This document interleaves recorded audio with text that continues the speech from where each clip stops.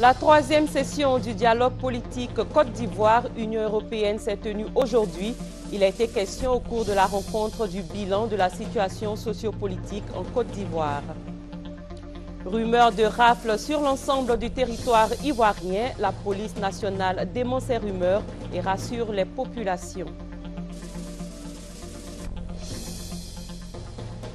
Le Fonds monétaire international va octroyer 37 milliards de francs CFA à la Côte d'Ivoire pour accompagner le pays dans sa relance économique.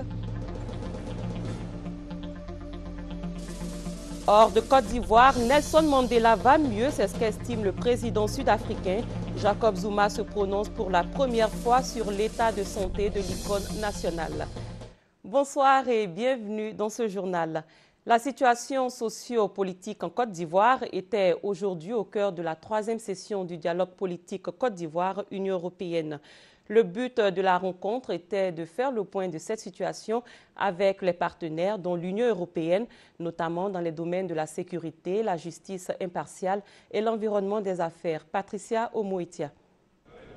Forum de discussion entre l'Union européenne et la Côte d'Ivoire pour constater les avancées politiques.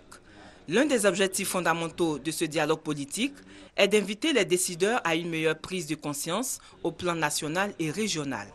Pour le chef de délégation de l'Union européenne, plusieurs questions d'intérêt commun ont été évoquées. Parmi ces questions, le volet sécuritaire figure en bonne place. Le maintien de l'ordre dans ce pays revient aux forces de police ou de gendarmerie dans les zones rurales et pas à l'armée, donc ce n'est pas le rôle. Donc il faut aussi qu'on voit un peu plus comment les perspectives vont se concrétiser pour que la montée en puissance du rôle des commissariats de police et des gendarmeries permette le retrait des FRCI des tâches de maintien de l'ordre qui ne sont pas des tâches normales pour une armée dans un pays. La prévention, la résolution des conflits, la bonne gouvernance et une justice impartiale constituent également des centres d'intérêt pour ce dialogue politique. Les jugements doivent se tenir dans un délai raisonnable. C'est question de respecter les droits de l'homme fondamentaux. Donc il y a là aussi des sujets sur lesquels nous souhaitons et nous avons un dialogue politique avec la Côte d'Ivoire. Encore une fois, tout en sachant que ce sont des sujets compliqués. Dans le cadre de la troisième session du dialogue politique, plusieurs rencontres sont prévues pour un approfondissement du partenariat Union européenne-Côte d'Ivoire pour l'émergence. Le Premier ministre Daniel Kablan-Duncan est de retour depuis hier dans la capitale économique après 5 jours passés en Grande-Bretagne. La Grande-Bretagne où le chef du gouvernement représentait le président de la République Alassane Ouattara au sommet du G8 sur la sécurité alimentaire. Au cours de son séjour, le Premier ministre Daniel Kablan-Duncan a eu une série de rencontres, notamment avec des investisseurs qui sont déjà intéressés par la Côte d'Ivoire. Et à l'issue de sa mission en Grande-Bretagne, le chef du gouvernement ivoirien, Daniel Kablan-Duncan, s'est adressé à la presse pour faire le point de son séjour. On écoute le Premier ministre. Le président de la République qui nous a demandé donc de le remplacer, disons qu'à la rencontre du G8, qui se tenait ici donc à Londres et qui devait aborder 2 questions. La question de la nutrition, premier point, et la question donc de la nouvelle alliance concernant donc le développement agricole dans nos pays. Donc c'était donc la mission première de notre visite ici à Londres, à la demande du président de la République. Mais bien sûr, comme vous le savez, chaque fois que nous allons à l'extérieur, il souhaite, et il a raison, que nous puissions donc rencontrer tous ceux qui sont intéressés par les élections donc en Côte d'Ivoire. Un agenda chargé avec des retombées palpables, indique Daniel Kablan-Duncan. En ce qui concerne la rencontre avec le G8, ce qu'on peut dire, c'est que nous avons présenté un programme, disons, de lutte contre la malnutrition et des montants de 160 millions de dollars, c'est-à-dire 80 milliards de francs CFA, sur une période donc de 5 ans, de manière à combattre la malnutrition dans notre pays. Nous avons vu M. Mark Simmons, donc le ministre britannique, en charge donc de l'Afrique, qui va d'ailleurs bientôt venir en Côte d'Ivoire, et nous dire leur intérêt vraiment d'investir fortement avec les Britanniques en Côte d'Ivoire. Ils ont invité donc les autorités ivoiriennes, notamment le président de la République, selon son calendrier le permet, à participer à un forum qui va organiser spécialement pour la Côte d'Ivoire ici donc à Londres, à l'automne. Au cours de sa visite à la BBC, le chef du gouvernement s'est aussi prononcé sur les récentes déclarations de la Cour pénale internationale. Nous sommes, disons que, passez-moi le terme zen, sur ce dossier, à savoir que l'ex-président Gbagbo était envoyé à la CPI.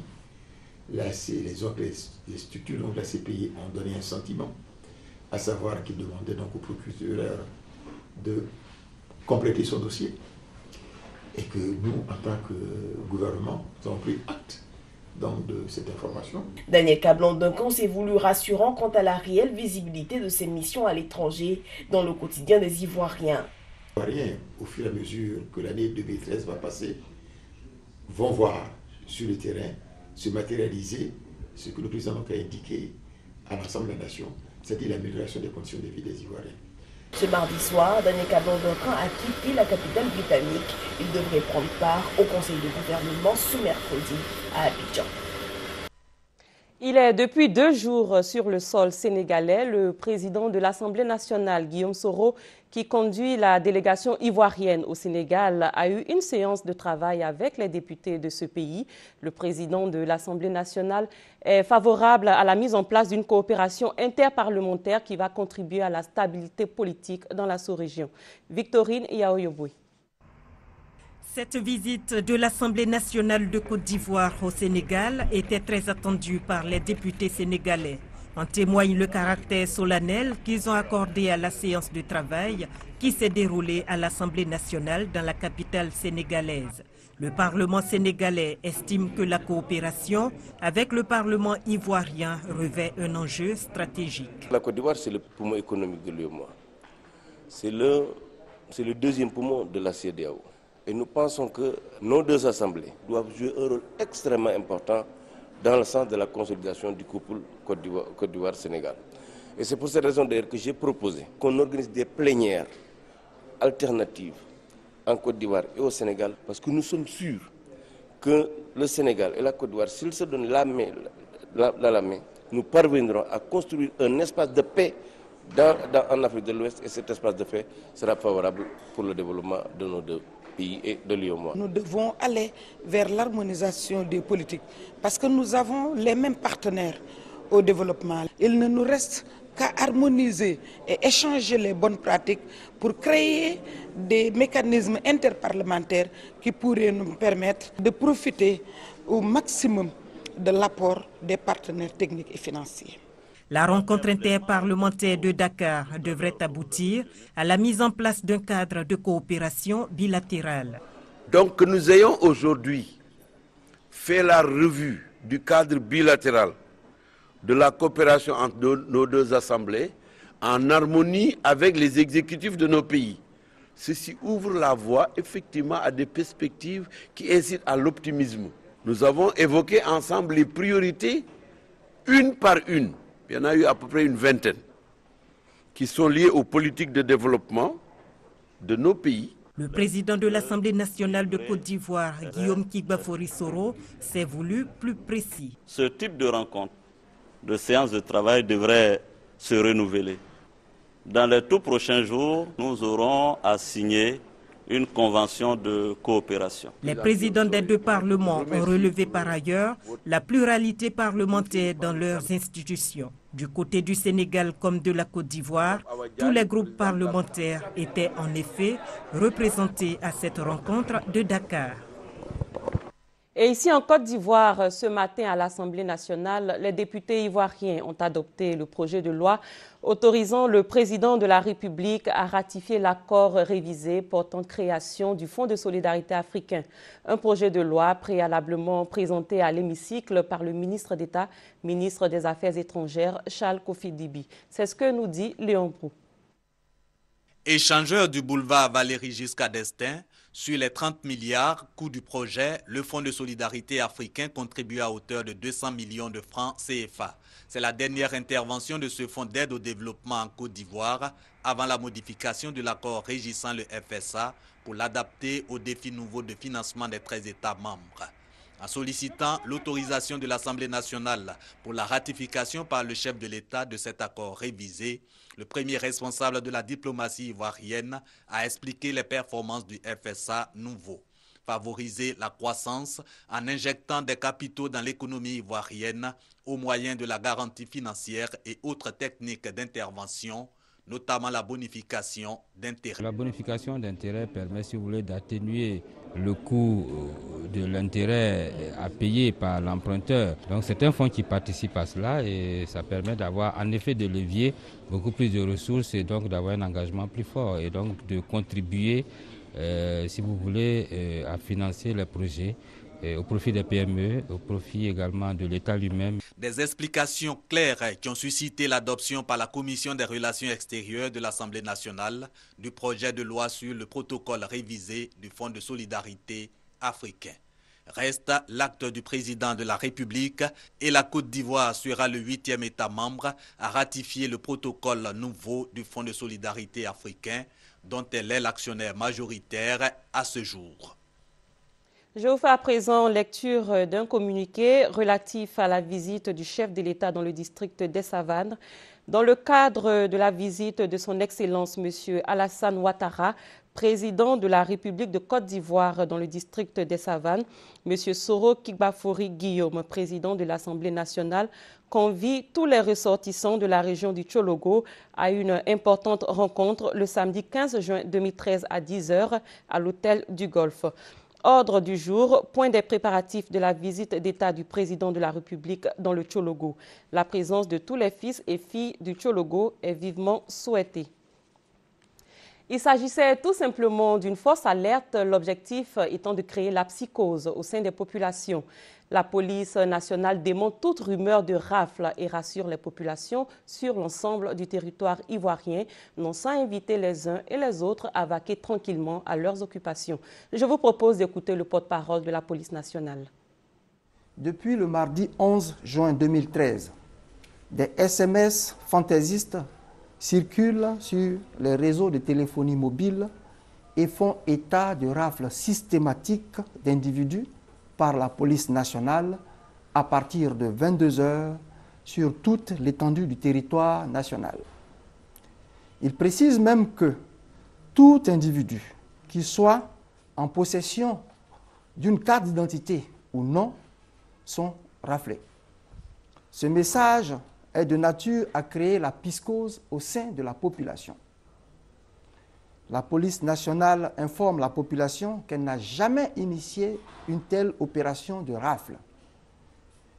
La police nationale, dans le cadre de sa mission de protection des personnes et des biens et dans le strict respect des droits de la personne humaine, a le devoir de protéger la population vivant sur tout le territoire ivoirien. Le directeur général de la police nationale rassure donc les populations ivoiriennes et les appelle à la vigilance et au calme. Il leur demande incessamment de n'accorder aucun crédit à de telles allégations. Le directeur général de la police nationale rappelle à la population qu'elle peut, en cas de difficulté, appeler les services de sécurité au numéro vert suivant: 100 ou 111, le CCDO, 145, la brigade de sécurité, 170, la police nationale. Le directeur général de la police nationale met en garde tous ceux qui véhiculent des rumeurs de nature à troubler l'ordre public et les informe qu'ils s'exposent à la rigueur de la loi. Il les invite par conséquent à cesser de tels agissements. Nous ouvrons à présent la page économique de ce journal. Le conseil d'administration du FMI, Fonds monétaire international, en conclave la semaine dernière, entend accompagner la Côte d'Ivoire dans sa relance économique avec un soutien financier de 37 milliards de francs CFA. Les précisions de Adam Ankoni. La Côte d'Ivoire récolte les fruits de la 3e revue du programme triennal conclu avec le Fonds monétaire international, FMI.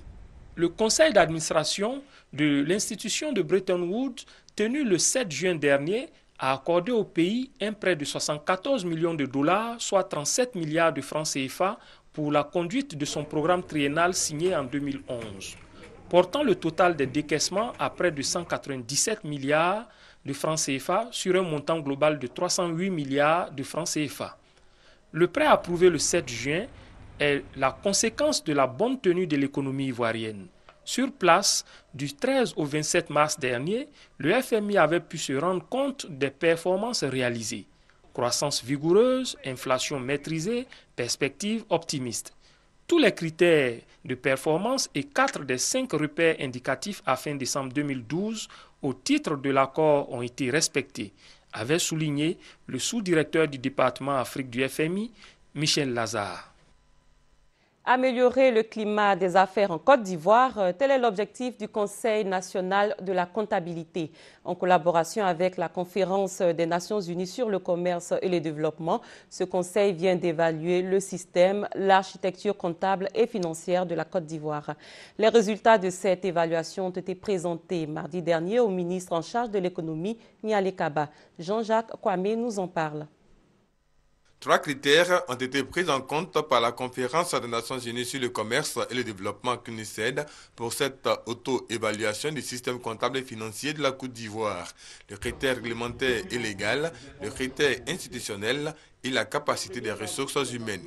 Sur l'échelle 1, la Côte d'Ivoire a obtenu la note 0,64, une note qui est conforme aux normes internationales et la classe parmi les pays attractifs.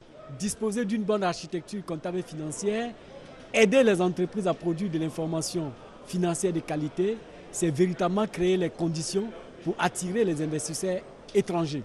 Au niveau de la mobilisation des ressources, c'est extrêmement important puisque les bailleurs de fonds nous accompagnent et les bailleurs de fonds sont rassurés chaque fois qu'un pays s'engage à améliorer ses pratiques comptables et ses pratiques d'audit. Un pays qui a 0,6, c'est un pays qui peut avoir 0,7. 0,8. Donc ça veut dire que des progrès doivent être faits. Et c'est la raison pour laquelle, à la fin de la réunion, si vous y avez assisté, vous avez vu qu'il y a un certain nombre de recommandations qui ont été émises. Les autorités ivoiriennes ont été interpellées sur la nécessité de financer les conclusions de cette auto-évaluation. Sur la question, la ministre en charge de l'économie, Kaba Nialé, rassure. Compte tenu de l'importance de toutes ces questions, j'envisage de m'impliquer bien entendu dans la mobilisation des ressources pour le financement de l'activité.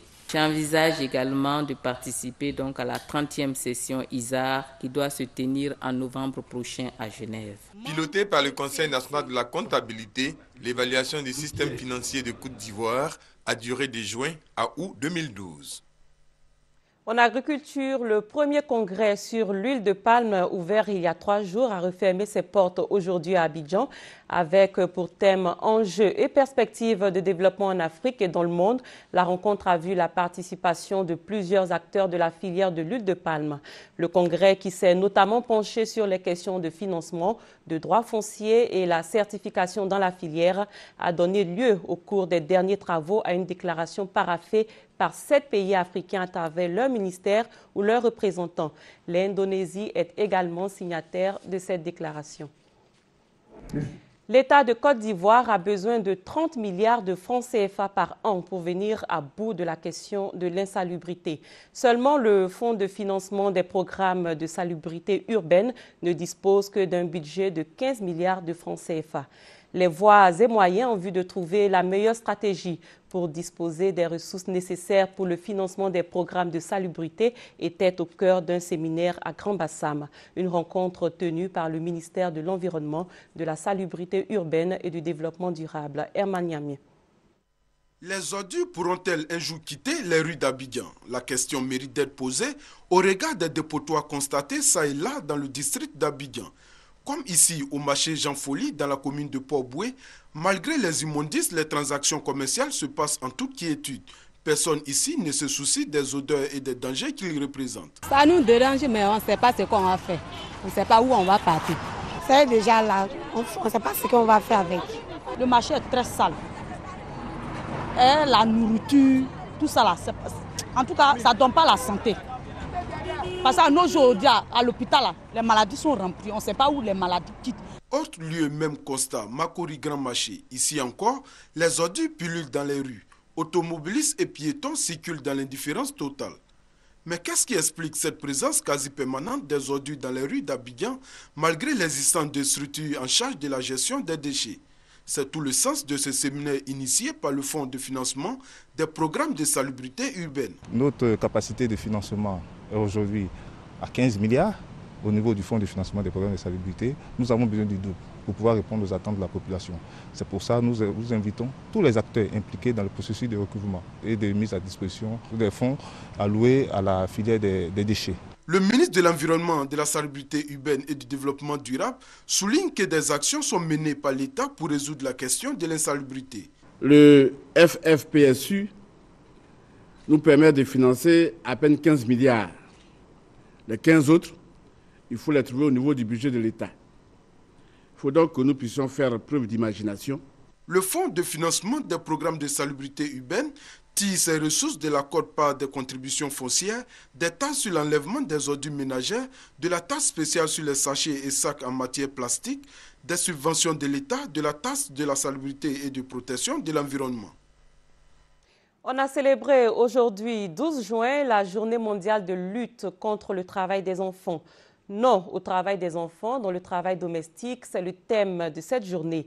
En Côte d'Ivoire, les enquêtes de 2008 indiquaient que plus de 46 000 enfants âgés de 14 ans sont impliqués dans le travail domestique. Le gouvernement ivoirien entreprend depuis ces dernières années des actions afin de lutter contre la traite, l'exploitation et le travail des enfants en Côte d'Ivoire. Un mot d'artisanat à présent, les artisans de Côte d'Ivoire sont en formation en vue d'être mieux outillés pour conquérir le marché international. Ce séminaire de renforcement des capacités est une initiative du ministère du Commerce en collaboration avec la Commission nationale de l'AGOA. Honorine Anigori. La mondialisation de l'économie et l'avènement des TIC ouvrent de nouvelles perspectives à tous les produits et plus particulièrement à ceux de l'artisanat qui sont de plus en plus demandés sur le marché international. Ce séminaire consiste donc à perfectionner les artisans en matière de production et de conditionnement en vue d'une meilleure qualité des produits et techniques de commercialisation tant sur le marché national qu'international. Il s'agit surtout de les amener à contribuer au développement et à la relance économique de la Côte d'Ivoire. Nous estimons que dans le cadre de l'éligibilité de la Côte d'Ivoire à l'AGOA, les produits de l'artisanat peuvent nous servir pour profiter des avantages de l'AGOA. Pour les artisans qui contribuent à hauteur de 12% dans l'économie ivoirienne et représentent 40% de la population active, ce séminaire est le bienvenu. Ce séminaire, nous pensons qu'il est venu à point nommé.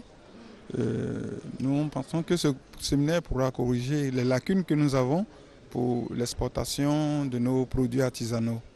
Bon, actuellement, si on ne peut avoir 2 ou 3 clients par jour. Ça dépend des jours. Mais il y a des jours où on n'a même pas de clients. On n'a même pas un seul client. C'est ce qu'on prend pour s'occuper de nos familles. La Côte d'Ivoire, déclarée éligible à l'AGOA, a obtenu son éligibilité pour cette année 2013 avec la possibilité d'exporter plus de 6 400 produits sur le marché américain, dont des produits d'artisanat. Dans le domaine de la santé, plus de 200 000 fonctionnaires de la MUGEFSI, Mutuelle Générale des Fonctionnaires et Agents de l'État de Côte d'Ivoire, se sont rendus dimanche dernier aux urnes pour choisir leurs délégués régionaux. Les résultats ont été proclamés hier. 300 délégués ont été retenus à l'issue du scrutin. Doigt de laser. Fin de l'élection des délégués régionaux de la Mutuelle Générale des Fonctionnaires et Agents de l'État de Côte d'Ivoire. 300 délégués régionaux retenus à l'issue du scrutin du dimanche 9 juin dernier, ont été proclamés par le comité électoral national ce mardi 11 juin au siège de la mutuelle 6 au plateau. Albert Kwasi Boni, président du comité électoral national, se dit satisfait du déroulement du vote. Le système démocratique est désormais en marche à la MUGEFSI. Nous ne serons plus à une MUGEFSI où on coopte des amis et des camarades. Nous sommes maintenant une MUGEFSI, nouvelle MUGEFSI démocratique. Et cela, conformément au texte de l'UEMOA. Chers amis, nous pensons que la nouvelle MUGEFSI est née depuis le dimanche 9 juin 2013. Nous donnons rendez-vous le vendredi 28 juin pour la grande assemblée générale pour l'élection des du conseil d'administration. Le contentieux est ouvert depuis le mardi 11 juin 2013 et prendra fin le samedi 15 juin prochain à 18 h. Pour l'heure, la région des Lacs enregistre 120 délégués élus sur les 300 retenus à l'issue du scrutin. Parlons de défense à présent. L'Association des journalistes de défense séjourne depuis le 3 juin en Côte d'Ivoire. Objectif, rencontrer les autorités militaires et civiles afin d'avoir une idée des progrès réalisés dans le domaine sécuritaire dans le pays. Reportage. 150 journalistes professionnels spécialisés dans les questions de défense et de sécurité étaient en Côte d'Ivoire. Objectif, s'imprégner des progrès réalisés dans le domaine de la sécurité par les autorités ivoiriennes après la crise post-électorale. Ces hommes de médias de l'Association des journalistes de défense se sont entretenus avec les autorités militaires et civiles sur plusieurs sujets d'actualité, notamment la reconstruction des forces républicaines de Côte d'Ivoire, le déploiement du bataillon logistique pour la mission internationale de soutien au Mali, les actions de l'Organisation des Nations Unies et la poursuite de l'opération Licorne en Côte d'Ivoire. Ce voyage d'études qui a duré une semaine va permettre à la Côte d'Ivoire de bénéficier de l'apport médiatique de ce panel. L'actualité à l'étranger, rendons-nous au Ghana pour parler des efforts déployés par les autorités de ce pays pour freiner la ruée vers l'or des Chinois qui viennent exploiter clandestinement ce métal précieux. Au bord de cette route, des pelles mécaniques, des moteurs, de gros matériels laissés à l'abandon par des orpailleurs chinois. Parce qu'ils travaillaient dans l'illégalité, près de 160 d'entre eux ont été arrêtés par les autorités ghanéennes dans la région centrale d'Ashanti. Ils exploitaient les mines d'or clandestinement et se voient reprocher d'avoir dégradé l'environnement et les routes. Beaucoup de nos routes et de nos ponts se trouvent au-dessus des mines, là où les gens cherchent de plus en plus d'or. C'est une activité qui contribue à dégrader notre réseau routier. Les clandestins devraient être expulsés dès la semaine prochaine. À Accra, certains ressortissants chinois que l'on voit déambuler dans les rues avec leurs valises ont été d'eux-mêmes se présenter aux autorités pour ne pas avoir à subir la procédure d'expulsion. Pour la plupart, ils sont venus au Ghana légalement pour raisons professionnelles, mais ils ont choisi de rester au-delà de l'autorisation de séjour. Les conditions de séjour pour les visiteurs sont que vous ne pouvez pas rester plus de 60 jours et que travailler est interdit. Et si le travail est interdit et que vous allez exploiter les mines, alors évidemment vous violez les règles de séjour. Cette affaire suscite de vives réactions côté chinois. Les autorités contestent les méthodes musclées des forces de l'ordre lors des arrestations. Elles sont persuadées que leurs ressortissants sont victimes des ressentiments d'une population qui subit la crise et les illégalités. Le président sud-africain se prononce pour la première fois sur l'état de santé de Nelson Mandela. Jacob Zuma croit en la guérison rapide du héros national qui, à 94 ans, est soigné depuis samedi dans un hôpital de Pretoria pour une grave infection pulmonaire. Regardez. Tenu éloigné de la clinique où est hospitalisé Nelson Mandela, la presse venue du monde entier se contente des allées et venues des berlines officielles et de quelques images tournées de loin. L'ex-femme du président, Winnie, est de nouveau passée, ainsi que leur fille Zenani. Après 5 jours d'hospitalisation, la première nouvelle positive sur l'état de santé de Mandela a été apportée par Jacob Zuma alors qu'il s'exprimait à la tribune de l'Assemblée nationale.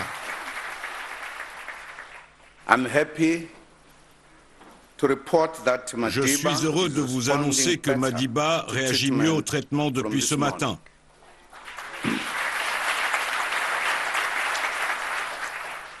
Nous sommes très heureux des progrès qu'il fait dorénavant après ces derniers jours qui ont été difficiles. Dans les rues aussi, personne ne veut imaginer le pire et tous s'accrochent à la moindre lueur d'espoir. Je ne pense pas qu'il est temps pour lui de partir, parce que je crois que nous avons encore besoin de lui. Et en Afrique du Sud, c'est notre héros. Toutes générations confondues, les Sud-Africains se mobilisent, prient et chantent, comme ici, les enfants d'une école primaire de Johannesburg devant le domicile de Mandela, souhaitant un prompt rétablissement au père de la nation. Voilà, c'est la fin de ce journal. Merci de votre attention. Excellente fin de soirée sur RTI 1. Au revoir.